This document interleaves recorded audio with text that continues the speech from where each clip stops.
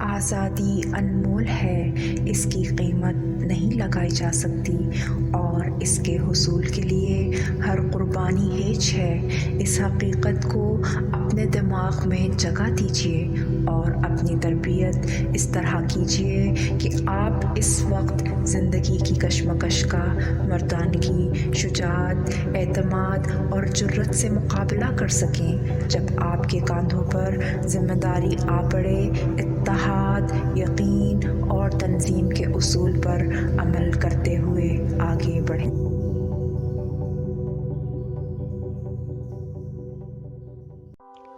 بسم اللہ ابتدا، دل نشین و جاں فضا، رحیم و کریم و مہرباں، فقط واحد ہے خدا۔ IBS radio T V for you کے چاہنے والوں، بشیر شاد کا سلام قبول کیجیے۔ آج مورخہ 19 مارچ 2021 بروز جمعۃ المبارک TV for you Spain studio کا افتتاح کیا جا رہا ہے۔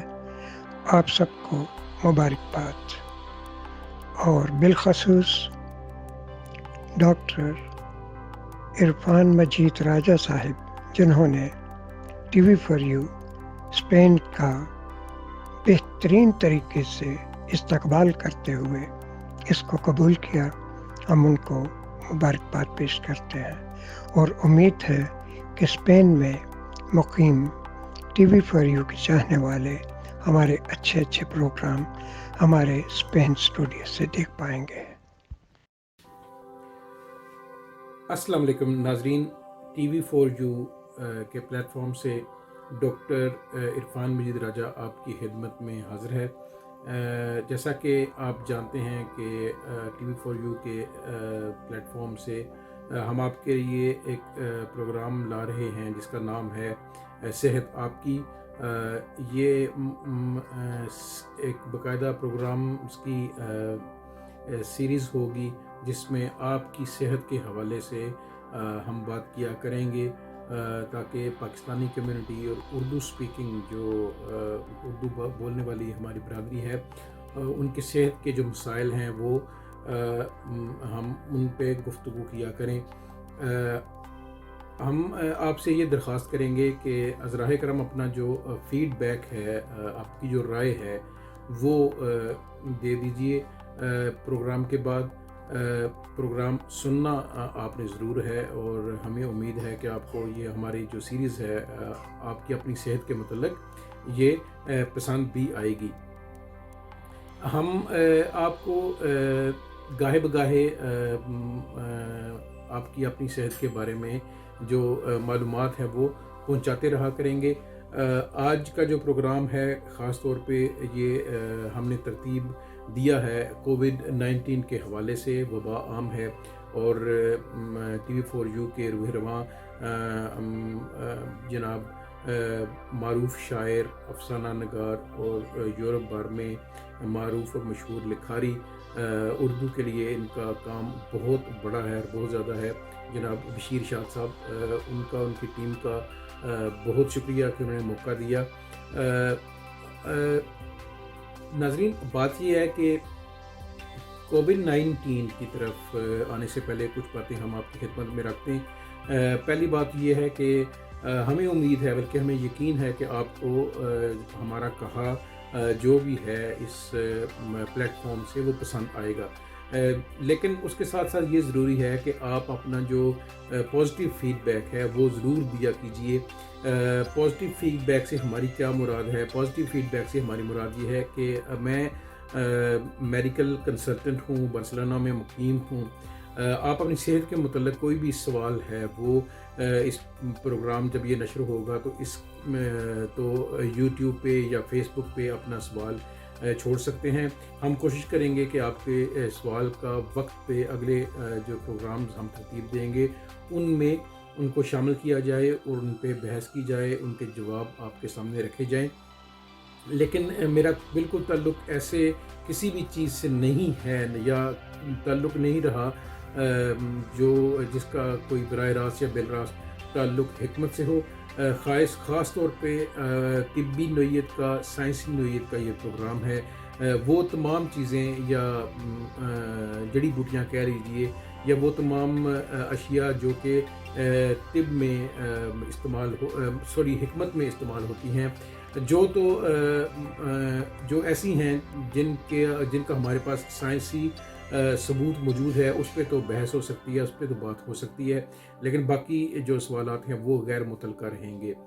آج اپنے اس پروگرام میں ہم آپ کے سامنے رکھ رہے ہیں جو سب سے ضروری بات ہے، وہ ہے اس وبا کے حوالے سے کہ کووڈ-19 شروع ہوا، ہم سب جانتے ہیں دسمبر 2019 میں، اس لیے یہ کووڈ جو ہے 19 سال ہے جس سال یہ شروع ہوا 2000 دسمبر میں۔ ابھی یہ ایک وائرس ہے جس کو ہم کہتے ہیں SARS-CoV-2۔ یہ جو وائرس ہے بہت زیادہ تیزی سے پھیلنے والا وائرس ہے۔ چائنا کے شہر ووہان سے یہ شروع ہوا اور وہاں سے پھیلتا یہ ایک علاقائی جو وبا تھی وہ بین الاقوامی وبا بن گئی، جس کو ہم پینڈیمک بھی کہتے ہیں۔ اب یہ پینڈیمک جو ہے یہ جیسے پھیلی ہم سب آگاہ ہیں، اس کی جو تباہیاں ہیں، اس نے جو خوفناکی پھیلائی ہے، اس نے جو دہشت پھیلائی ہے، اس نے جو اموات پھیلائی ہیں، اس نے جو نقصان کیا ہے عالمی معیشت کا، حقیقت یہی ہے کہ جو کرونا کی وبا ہے یہ عالمی سطح پہ انسانی تہذیب کے خلاف آئی ہے۔ اس نے کوئی رنگ، نسل، مذہب، اس نے کوئی ملک، اس نے کوئی بارڈر نہیں دیکھا، اس نے ایسی چیز کی رسپیکٹ نہیں کی جو ہماری ریسنٹ ہسٹری میں، جو ہماری جو ابھی حالیہ تاریخ ہے، جو ابھی قریب کی یا دور کی تاریخ جو انسان کو یاد ہے، جو سلوک اس نے کیا ہے انسان کے ساتھ، انسان کی تہذیب کے ساتھ، کسی بھی ایسے وائرس نے، کسی بھی ایسی وبا نے نہیں کیا۔ کووڈ-19 کی جو سب سے پہلے یہ ہے کہ ہم نے آپ سے عرض کر دی کہ یہ بہت زیادہ تیزی سے پھیلنے والا مرض ہے۔ جب یہ مرض پھیلتا ہے تو ظاہر ہے اپنے ساتھ وبا لاتا ہے۔ وبا اس کی بہت عام سی وبا ہو سکتی ہے، نزلے زکام تک زیادہ تر مریضوں میں یہی ہوتا ہے۔ اس کی درمیانی درجہ ہے کہ نزلہ زکام سے ہلکے سے تیز بخار جو ہے اور سر درد کے ساتھ، اور پورا جسم ٹوٹنا شروع ہو جاتا ہے انسان کا، پورے جسم میں دردیں ہوتی ہیں اور بہت زیادہ تھکاوٹ محسوس ہوتی ہے، یہ درمیانی درجہ ہے۔ اس سے جب آگے جاتی ہے تو وہ بہت زیادہ سخت یا شدید بیماری کہلاتی ہے۔ اس میں پھیپھڑوں کا نمونیا شامل ہے۔ اس میں نمونیا اگر حد سے بڑھ جائے تو جسم میں جو خون کے خلیے ہیں وہ جمنا شروع ہو جاتے ہیں، جسے ہم خون کا جسم میں جمنا بھی کہتے ہیں۔ وہ پھیپھڑوں میں جمتا ہے، پورے جسم میں جمتا ہے، اور یہ بہت زیادہ مہلک علامات ہیں۔ یہ ایسی علامات ہیں جو کہ بہت ساری آبادی کو لقمہ اجل بنا چکی ہیں، راہ عدم دکھا چکی ہیں۔ اور ہم جانتے ہیں کہ آج تک جتنی اموات ہوئی ہیں ان کا اکثر جو اموات ہیں وہ ان لوگوں کی ہے جن کی عمر زیادہ تھی، 60 سے زیادہ عمر، اور ساتھ ان کو بیماریاں تھیں۔ دل کی بیماری سر فہرست ہے اس میں شوگر اور موٹاپا دوسرے نمبر پر ہے۔ اگر کسی شخص کو دل کی بیماری ہے اور موٹاپا ہے تو یہ بہت زیادہ جان لیوا ثابت ہو سکتا ہے۔ اس لیے آپ سے یہ التجا ہے کہ عام حالات میں بھی، اور ابھی کووڈ کے جو ہم نے سیکھا ہے میڈیکل کمیونٹی نے، اس کو سامنے رکھتے ہوئے ہم آپ کو پورے وثوق سے یہ بتا دے رہے ہیں کہ موٹاپا بہت بڑی وجہ ہے کووڈ-19 کے پھیلنے کی، اور کووڈ-19 کے جسم میں پھیلنے کی، اور جسم کنٹرول چھوڑ دیتا ہے۔ جو بندہ موٹا ہے اس کا جسم اس طرح سے کنٹرول نہیں کر سکتا، دفاعی نظام بہت زیادہ کمزور ہو جاتا ہے۔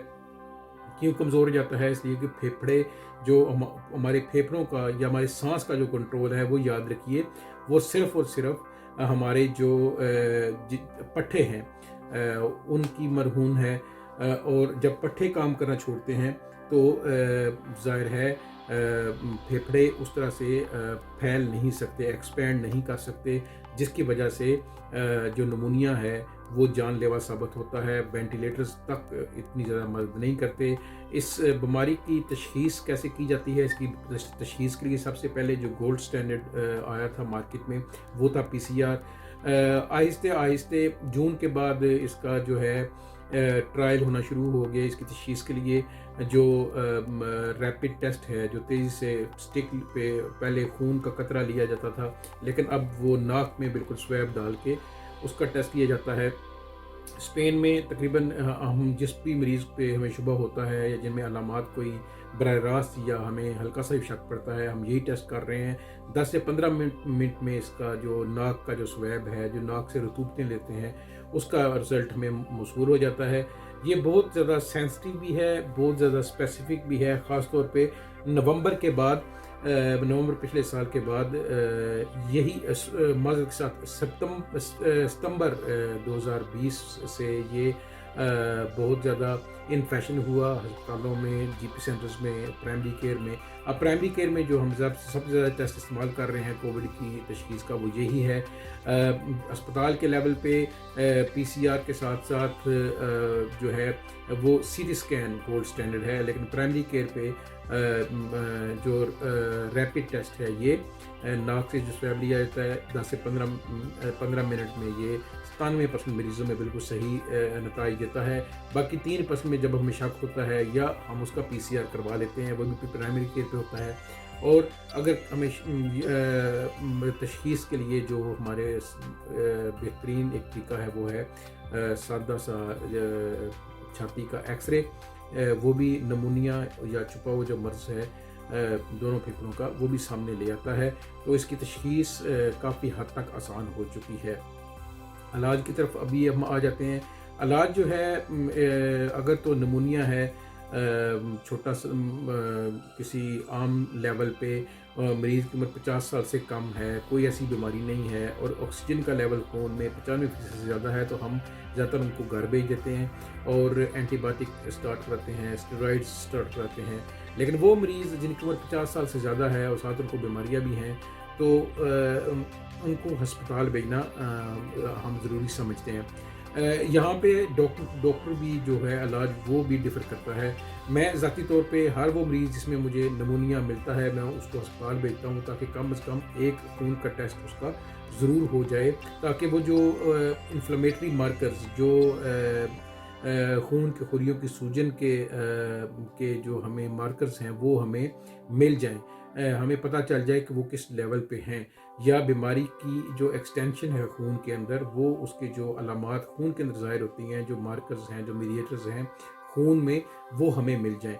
تو لیکن ایسے ڈاکٹرز بھی ہیں جو مائلڈ نمونیا کو گھر پہ ٹریٹ کرتے ہیں اور تقریباً ہر قسم کا مائلڈ نمونیا گھر پہ ہی ٹریٹ ہو سکتا ہے. آپ کو مکمل کم از کم 10 دن آئسولیٹ رکھنا پڑتا ہے. اگر ایک فیملی کے فرد کا آ گیا ہے پازیٹیو تو ظاہر ہے ساری کی ساری فیملی آئسولیٹ ہوگی, ساری فیملی کا ریپڈ ٹیسٹ ہوگا اور یا PCR ہوگا, اور جن کو نمونیا ہے ان کا ایکس رے ہوگا. اور یہ جو 10 دن ہیں یہ یاد رکھیے کہ یہ اس کرونا کے جراثیم کے لیے ہیں جو سب سے پہلے آیا یا ہمارے پاس جو عام اس کی قسمیں بدلتی گئیں. لیکن ابھی جو UK کا ویرینٹ ہے, جو برازیل کا ہے, جو نئی نسل آئی ہے ساؤتھ افریقہ سے مثال کے طور پہ, یہ جو ہیں ان کے لیے 14 دن تک ضرور ان کو خود کو آئسولیٹ رکھنا چاہیے. اس سے علاج سے بہتر اس کا بچاؤ ہے. بچاؤ آپ دیکھ لیجئے کہ اس کا آسان ہے, لیکن جتنا آسان ہے اتنا ہی ہم نے اس کو مشکل سمجھا ہوا ہے. یعنی ماسک پہن کے رکھنا جب آپ گھر سے باہر نکلتے ہیں, جب ہاتھ زیادہ دھو کے رکھنا اور ہاتھوں پہ اینٹی سیپٹک کا استعمال جو ہے اس کا استعمال کرنا, اور فاصلہ رکھنا کم از کم 1.5 سے 2 میٹر کے درمیان. اور اگر بندہ اسموکر ہے, سگریٹ نوشی کرتا ہے تو اس کو یاد رکھیے کہ ظاہر ہے فاصلہ زیادہ رکھنا پڑے گا, کیونکہ جب اگر خدا نخواستہ کسی کے گلے میں یہ جراثیم SARS-CoV-2 بیٹھا ہوا ہے تو وہ جب سگریٹ کا دھواں باہر پھینکے گا تو ظاہر ہے وہ 2 میٹر سے زیادہ دور جائے گا. اسی طرح جب ہوا چلتی ہے تو پھر بھی فاصلہ زیادہ رکھنا پڑتا ہے, اور ماسک کا استعمال اپنے اوپر لازمی کریں. ابھی ہم جب آپ سے بات کر رہے تھے کہ اس کا جو فاصلہ ہے, فاصلہ بہت ضروری ہے. فاصلہ اس لیے بھی ضروری ہے کہ اس سے جو جتنا زیادہ فاصلہ بڑھتا جائے گا اتنا زیادہ بیماری کا پھیلاؤ کم ہوتا جائے گا. آئسولیشن کے ہم نے ثمرات دیکھے, ہم نے ماسک کے ثمرات دیکھے, ہم نے فاصلے کے ثمرات, سماجی فاصلے کے ثمرات دیکھے. جو حکومتیں اس کے اثرات جانتی ہیں, اور ہمارا جو 1 سال کا جیسے کچھ تھوڑا سا تجربہ ہو چکا ہے اس کو مد نظر رکھتے ہوئے ہم آپ کو بڑے وثوق سے یہ کہہ سکتے ہیں کہ اگر آپ نے باقاعدگی سے ماسک استعمال کیا, فاصلہ رکھا, اور فاصلے کے ساتھ ساتھ آپ نے اپنا ہاتھ دھو کے رکھے, تو بہت کم چانسز ہیں کہ آپ کرونا کی وبا کا شکار ہوں. اور اگر کوئی ہو بھی گیا ہے اس کے باوجود, تو ایک بہت ضروری چیز ہے جو ہمیں سمجھنی چاہیے, وہ یہ کہ بہت کم مقدار میں جو کرونا وائرس ہے اس کی انوکولیشن ہمارے جسم میں ہوتی ہے. یاد رکھیے گلا اور ناک میں یہ رہائش اختیار کرتا ہے. ہمارے انسانی جو پخانہ ہے اس میں یہ 98 دن تک خارج ہو سکتا ہے. اس لیے جن کو کرونا ہے ان کو یہ سختی سے کہا جاتا ہے کہ جب باتھ روم استعمال کریں تو اس کو اچھی طرح سے ڈس انفیکٹ کر کے باہر نکلیں. بہت سارے ایسے مریض ہیں جن کا PCR 15, 20 دن, 28 دن تک پازیٹیو آتا رہتا ہے, 42 دن تک پازیٹیو آتا رہتا ہے. تو ان میں وبا پھیلانے کی جو صلاحیت ہوتی ہے وہ بہت زیادہ ہوتی ہے. ہمارے جو نظام دفاع پہ یہ جراثیم ڈائریکٹ اثر کرتا ہے. ابھی آج کا پروگرام ہم یہیں پہ سمیٹتے ہیں. انشاءاللہ تعالی اگلے پروگرام میں ہم آپ سے بات کر رہے ہوں گے کرونا وائرس اور اس سے متعلقہ جو ویکسینیشن کا پروگرام ہے, اس سے متعلق ہم آپ کو مکمل معلومات دیں گے. بہت بڑا ٹاپک ہے, 1-2 پروگرامز میں کور کرنا ہم جانتے ہیں یہ ممکن نہیں ہوگا, لیکن اس کو زیادہ دلچسپ بنانے کے لیے انشاءاللہ تعالی اگلی ایک ساتھ میں ہم آپ کے پاس گاہے بگاہے حاضر ہوتے رہیں گے. تب تک کے لیے ڈاکٹر عرفان مجید راجہ کو اجازت دیجیے. اللہ نگہبان. میرا نام علی وارث اور آپ دیکھ رہے ہیں TV4U. جیسے کہ آپ لوگوں کو پتہ ہے کہ باہر کے ملکوں میں لاک ڈاؤن لگا ہوا ہے, اور میں آپ کو بتانا چاہتا ہوں کہ آپ لاک ڈاؤن میں باہر بالکل بھی نہ نکلیں, اور اگر آپ کو کسی چیز کی ضرورت ہے تو آپ ماسک سینیٹائزر لگا کے ہی باہر نکلیں, وہ بھی صرف ضرورت کے تحت. اور گھر میں رہ کے آپ گیمز کھیل سکتے ہیں, وہ بھی لمٹ کے اندر.